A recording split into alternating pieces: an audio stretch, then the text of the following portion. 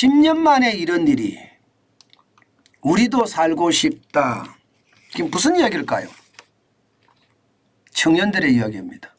그중에서도 학자금 대출을 받은 청년들의 이야기예요. 이거 한번 보세요. 2022년 기준입니다. 학자금 대출 체납률입니다. 15.3%, 15.5%입니다. 10년 만에 최고치입니다. 그래서 제가 10년 만에 이런 일이라고 했습니다. 2012년에 17.8%를 기록한 상황이 있거든요. 그때 이후로 지금 10년 만에 또 15.5%라는 최고치를 달성을 했습니다. 지표를 한번 보실래요? 지표를 보시면 여러분들도 무섭다 이런 생각이 드실 겁니다.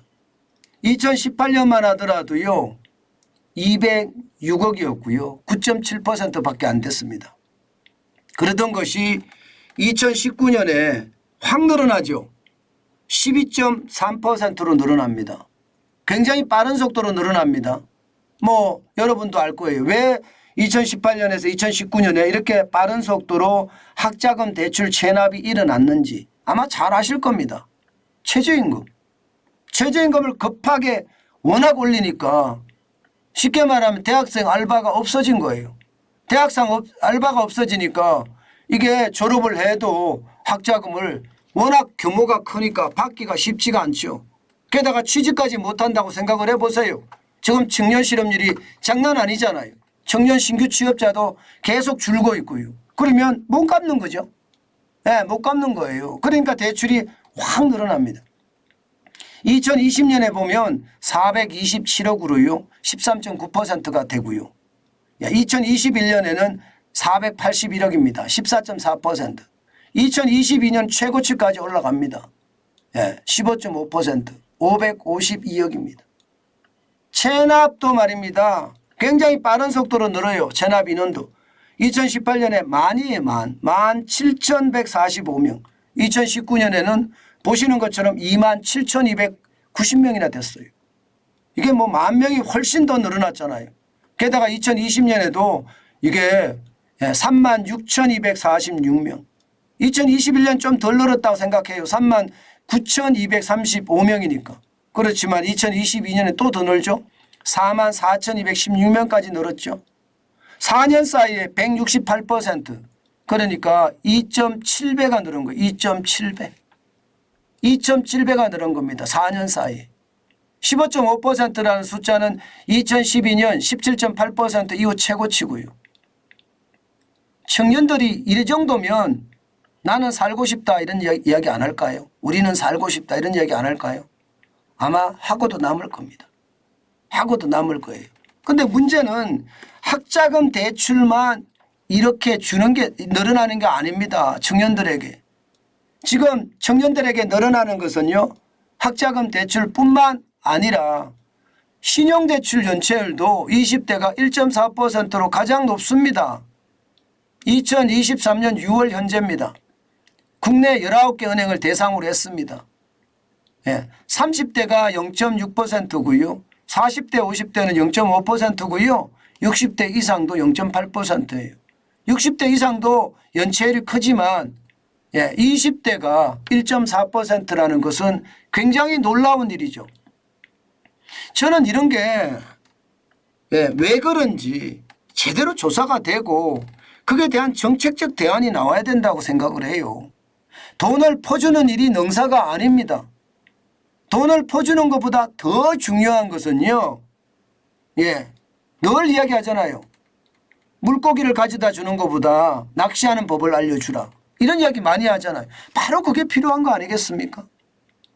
그리고 제도적으로도 말입니다. 돈을 줄 것이 아니라 일을 할 수 있는 어떤 분위기를 만들어 줘야 돼요. 일을 할 수 있는. 일을 할 수 있는 분위기가 만들어지려고 그러면 자영업자나 소상공인이나 중소기업이나 인력을 뽑을 환경을 만들어 줘야 됩니다. 지금처럼 말입니다. 최저임금이 최고로 이렇게 올라가고 나서 2024년에 가면 9,860원이거든요. 이거 감당할 수 있겠습니까, 여러분? 자영업자 감당 못합니다. 소상공인 감당 못합니다. 중소기업 감당 못합니다. 제가 여러분들에게 자영업 창업하지 마세요, 이런 이야기를 진짜 많이 하는데 인건비가 이 정도면 감당할 수가 없어요. 그럼 최소한 말입니다, 주휴수당이라도 없애주고, 예, 최저임금을 못 바꾸면, 예, 주휴수당이라도 없애주고 주 52시간제라도 이게 그냥, 예, 주 40시간 기본을 두고 말입니다. 예, 더 일할 사람은, 예, 기업에 노사가 합치해서 결정을 하라, 이렇게 만들어주는 거, 규제를 혁파하는 거 필요한 거 아닌가요? 지금 자영업자들 사람 뽑을 여력 없거든요. 그럼 뽑을 수 있는 환경을 만들어줘야 되는데 최저임금 이래서는 못 만들어주거든요. 그러니 말입니다, 청년은 실업자가 넘치는 거예요. 실업자가. 와, 실업자가 보세요. 8월에만 하더라도 29세 미만, 30세 미만 9만 1,000명이 줄어들었습니다. 9만 1,000명. 안 늘어나요. 예. 60세 이상도 이게 30만 4천 명인데 늘어났다고 이야기하지만 이것도 노인 알바거든. 노인 알바. 이게 문재인 정부 때 노인 알바 만들어 놓은 거 윤석열 정부 때 그대로 활용하고 있는 거예요. 윤석열 정부가 지금, 예, 경제 정책을 파격적으로 바꾼다고 했는데 바뀐 게 없어요. 바뀐 게 없어요. 거의. 내년엔 더 심합니다. 이게. 내년엔 61세 이상에게는요 104만 명에게 준대요. 올해는 83만 명인데. 내년에 선거 있으니까 돈 뿌리는 거 아니겠습니까? 이게 여러분 포퓰리즘의 극치다. 이게 윤석열 정부가 아니라 문재인 정부가, 예, 나라 돈 뿌려서 표 산다, 그렇게 제가 이야기하면서 엄청나게 비판을 했습니다. 근데 윤석열 정부도 지금 마찬가지 모양으로 가고 있습니다. 제발이지 윤석열 정부가 저는 정신 차렸으면 좋겠어요. 경제개혁에 오로지 매진한다. 지금 보세요. 다 죽어가잖아요. 네, 청년들이 학자금 빌린 것도 못 갖고 있다고 이야기하면 얼마나 지금 심각한지 여러분 아시잖아요. 제발, 예, 이게 개혁이 일어나도 빨리 일어나야 된다고 생각합니다. 그만큼 말입니다, 심각하거든요. 이게 문재인 정부 때 고용통계도 조작이 됐잖아요. 예, 실제로 보면 저는 이게 조작이 된 거라고 보거든요. 60세 이상을, 예, 이렇게까지 많이 늘린 거 말입니다. 이게 보면 통계 착시거든요. 이것도 통계 착시예요. 이렇게 만들어서 이거를 뭐, 예, 고용률이 역대 최고다 이렇게 이야기하는 걸 보고 있으면 토 나오려고 그럽니다. 토 나오려고 그래요. 진짜 토 나오려고 그래요. 예. 저는 통계 조작이라는 이야기가 나와서 문재인 전 대통령이, 예, 실제로 말입니다, 통계 조작 안 했다 하면서 고용률이 역대 최고였는데 무슨 소리냐.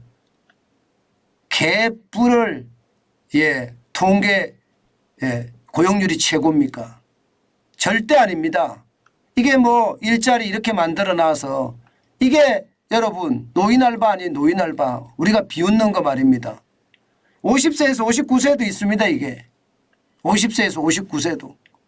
그러면 여러분 노인 알바가 통계를 이렇게 만들어 고용률을 이렇게 만들어 놓은 거예요. 저는 이것을 보면서요 안타깝게 거지없습니다. 안타깝게. 윤석열 정부가 더 빠르게 바꿔야 되거든요.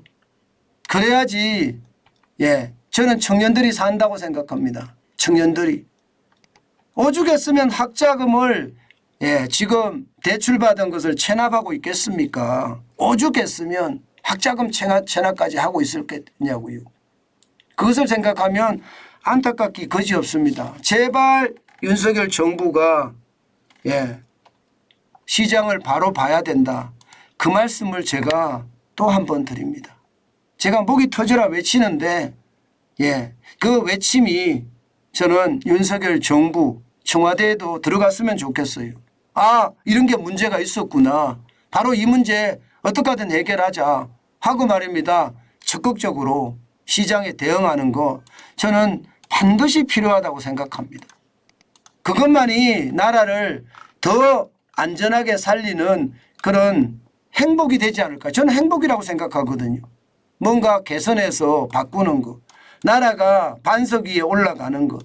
그렇게 되면 윤석열 대통령도 역사에 길이 남겠죠. 저는 그렇게 역사에 길이 남는 그런 대통령이 됐으면 좋겠어요.